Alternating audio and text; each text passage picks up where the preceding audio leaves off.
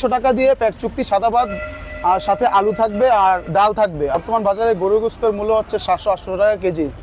তো সবাই অনেকেই যারা রিক্সা চালক আছে বা ড্রাইভার আছে অনেকেই কিনা খাইতে পারে না। এই জন্য আর কি আমি স্বল্প দামের মধ্যে মানে যাতে লাভ কম হয় বিক্রি বেশি হয় ওই উদ্দেশ্য করে গরুর গোশত দিয়ে মানে সাদা ভাত আর ডাল বোনা আর কি ডাল দিয়ে বিক্রি করতেছি। মাংসের যে টেস্টটা এটা যাতে সবাই নিতে পারে আমার উদ্দেশ্য হচ্ছে এইটা। আমার এই জায়গায় অনেক ড্রাইভার আসে অনেকেই বলে আমার এই জায়গায় অনেকেই সাদা ভাত চাইতো, তো এই জন্য উঠানো আর কি। আর পরবর্তীতে আরও কাস্টমারের রেসপন্স যদি ভালো পাই তাহলে আরও আইটেম বাড়ানোর চেষ্টা করব।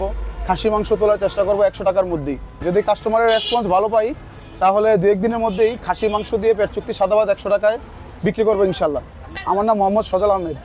দোকান চলতেছে 2-3 মাস বা 4 মাস রানিং। আমি আগে খিচুড়ি বিরিয়ানি বিক্রি করতাম, তারপরে অনেক কাস্টমারই যারা আছে ওনারা সবাই বলতেছে যে ভাত উঠানোর জন্য ভাতটা ভালো চলবে এই জায়গায়।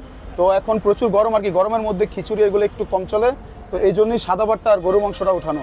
আলহামদুলিল্লাহ রেসপন্স ভালোই পাচ্ছি, মানুষও খাবারের সুনাম করতেছে বা ভালো বলতেছে। হ্যাঁ, ভাত যতবার চায় ততবার নিতে পারবে, ডাল আছে আনলিমিটেড, ডাল যতবার চায় ততবার নিতে পারবে। আসলে আমার প্যাকেজটা হচ্ছে মেজবানি প্যাকেজের মতো, মানে ওটার সাথে ডাল আছে, মাংস আছে, আলু আছে।